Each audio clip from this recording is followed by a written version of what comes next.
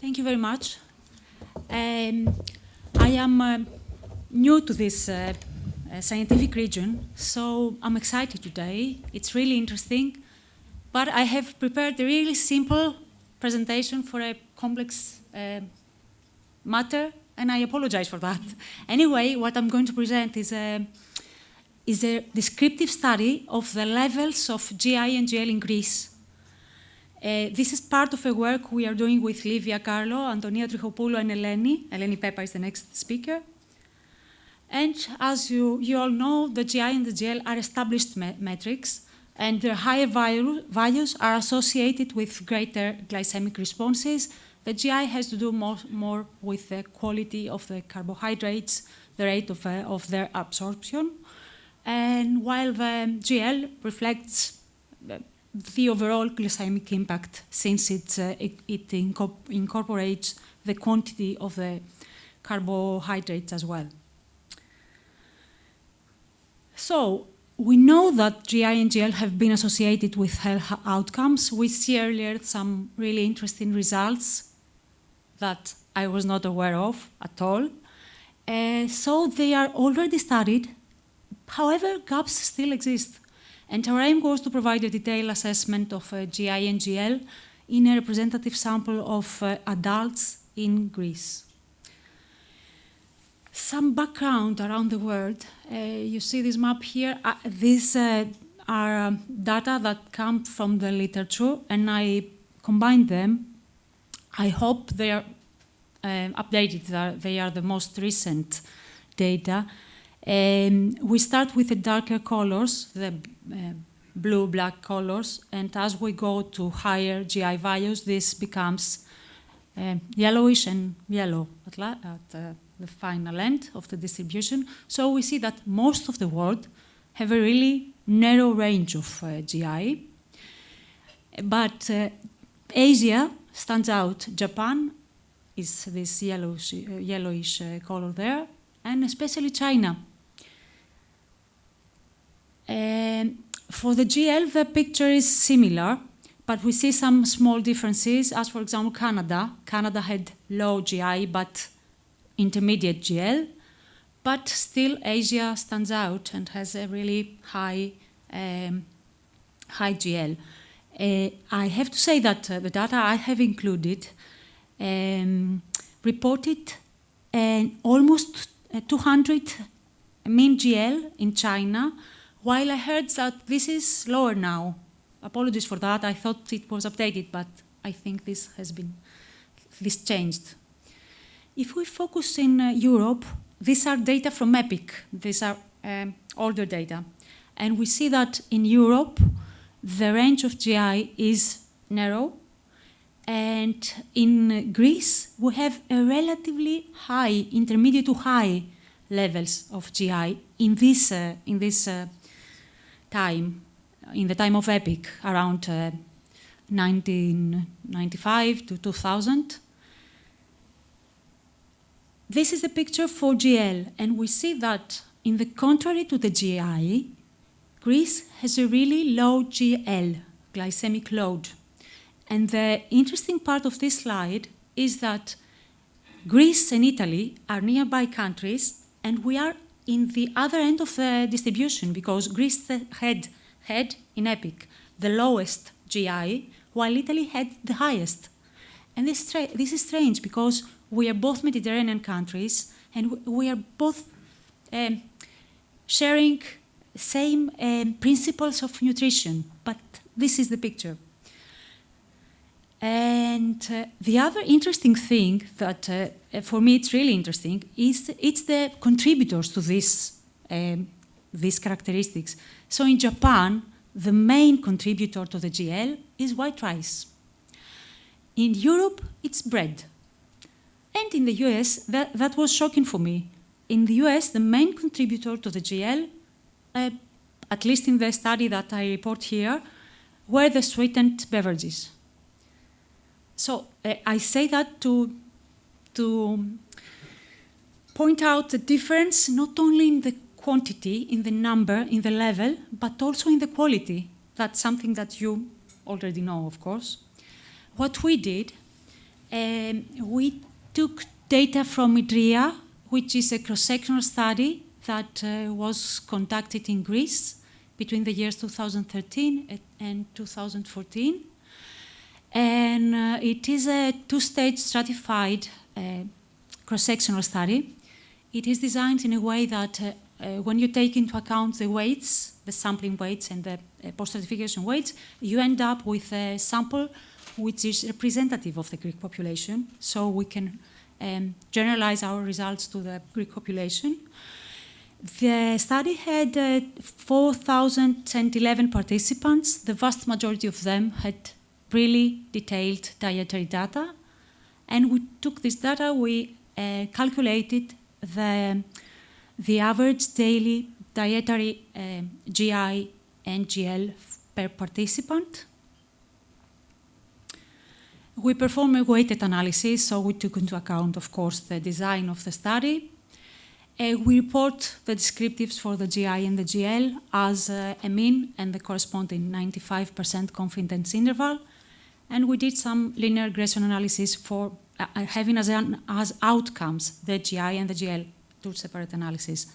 All analyses are stratified by sex, and they are adjusted for the total energy intake, the carbohydrates intake, and the lipids intake.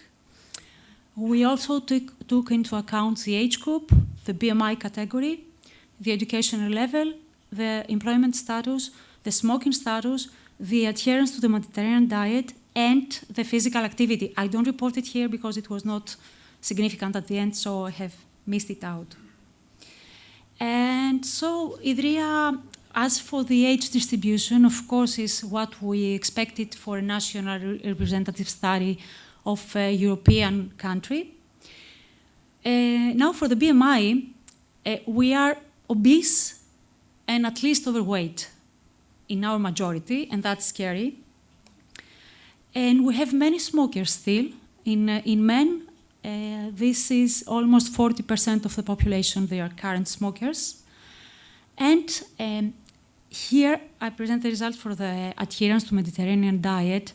We see a low percentage of high adherence to Mediterranean diet, but this is a bit misleading because this data for this specific analysis were not corrected for measurement error. So we have underestimated the adherence to the Mediterranean diet. But here we are. And as for the employment status, most of the participants were not employed, were pensioners, housewives, students, or unemployed. And they were of low or an intermediate educational level. So we see that in IDRIA population in Greece now, we have an average population GI of almost 60 and an average population GL of approximately 100, which is really close to the EPIC data, both estimates. And EPIC says that the main contributor to the GL in Greece is bread. It's 40% for men and 31% for women. And bread is the main contributor to the GL in Europe as well, was in the time of EPIC. But still, we are in the upper level, in the upper end of the distribution since it goes from 15 to 45% in Europe overall. So here we see the levels of glycemic index for men and women separately across age groups. And we see that it's in general relatively low, average, let's say, but it goes a bit down after the age of 55 years, especially in men. The GL has a similar pattern. However, we see that since it has to do with the quantity of food as well, it's lower in women overall. And of course, the pattern is the same. It goes down after the age of 45, and this becomes more pronounced after the age of 55. Again, especially in men. And here we did a linear regression for GI. I have to say something that Livia mentioned many, many times, that of course the GI is a characteristic of the food and not the person. So we don't try to do a causal analysis here. Here we just see whether these markers have same underlying mechanisms as other lifestyle characteristics. So here we see that age group is advanced age is associated with lower GI. The same goes for the educational level. Advanced educational level is associated with lower GI. And for men, adherence to Mediterranean diet seems to have a protective effect, is associated with lower GI. On the other hand, smoking in men is associated with higher levels of GI. Similar findings hold for GI as well. We see age, we see again the educational level in both men and women. We see again the adherence to the Mediterranean diet for the men. And we see smoking is associated with a higher GL in both men and women. And so in summary, we see that older age and higher education are associated with both lower GI and GL, and this probably reflect either better choices as the education goes up, we know more things and we choose better food, or when we grow older, we have health problems and then we decide to reduce harmful food.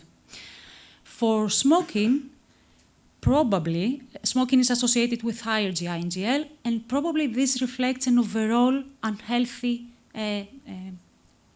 habits, behaviors, especially in men. And this is important because previous research has found reports that smoking is also associated to poor glycemic control. So probably it's a group, the smokers, that we have plenty in Greece, unfortunately. It's a group that we should focus on and try to modify their diet.